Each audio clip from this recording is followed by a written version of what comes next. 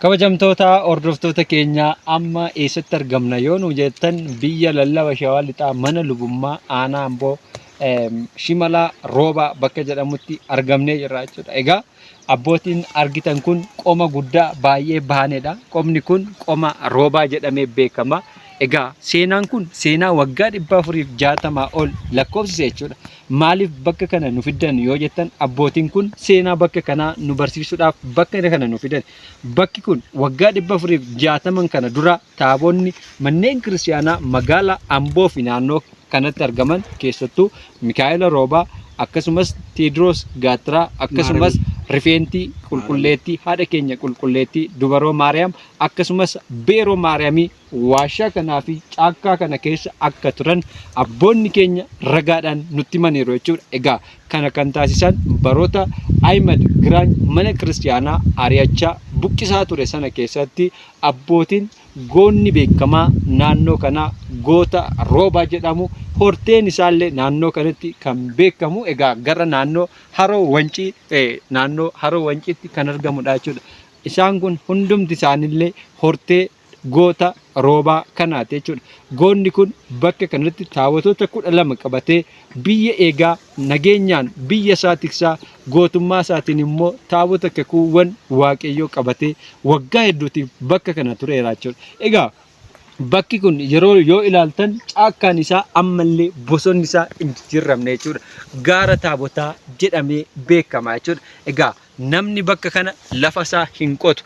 Egaa yeroo tokko namni lafa kana qote guyyuma sana du'eera waan jedhameef har'a garuu namni tokkoyyuu lafa kanatti bu'ee lafa kanatti oomisha hin taasisu jechuudha.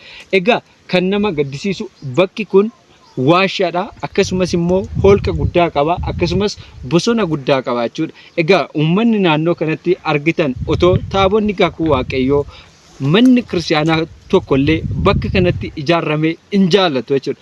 Maaliif jennaan bakki kun bakka seenaa keenya ganamaa waggaa 460 ture jechuudha.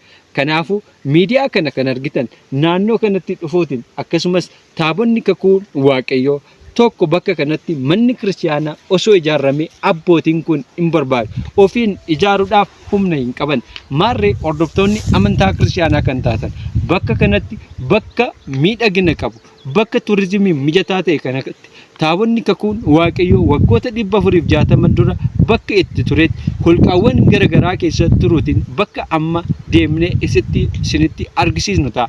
Kanaafuu warri isinitti miidiyaa kana argitan hundumti keessanuu sheer taasisuutiin yoo danda'ame humna kan qabdan manni kiristaanaa bakka kanatti akka ijaaramuuf fedhii qabdu miti. Fedhii guutuu qabu waan ta'eef sheer taasisaatii kiristaanota biyya keessaa biyya alaatiin gaa bakki kun seenaa keenya ganamaati waggaa 460 bakka turedha waan ta'eef yoo dandeessan sheer taasisuutiif mana kiristaanaa tokko ijaarraa. Kanaaf immoo humna hin qabnu nu gargaaraa isiniin jedhu galatooma. Waaqayyo isin haa eebbisu. Bakka seenaa akkanaa nutti argisiistanii waaqayyo isin haa eebbisu. Seenaa keessan seenaa abboo. Isinis dadhabdanii randa kana baatanii lafa amma kanaa kuttanii nutu kan keessatti dhalanne kan dadhabne deemtanii dadhabdanii dhufuun keessan baay'ee nu gammachiisa. Galatoomaa ulfina argadhaa kabaja argadhaa biddeena isinii haa baasu. Faqaariin Geetaa Yesuus Kiristoos jireenya isinii haa kennu. Ameen. Galatooma.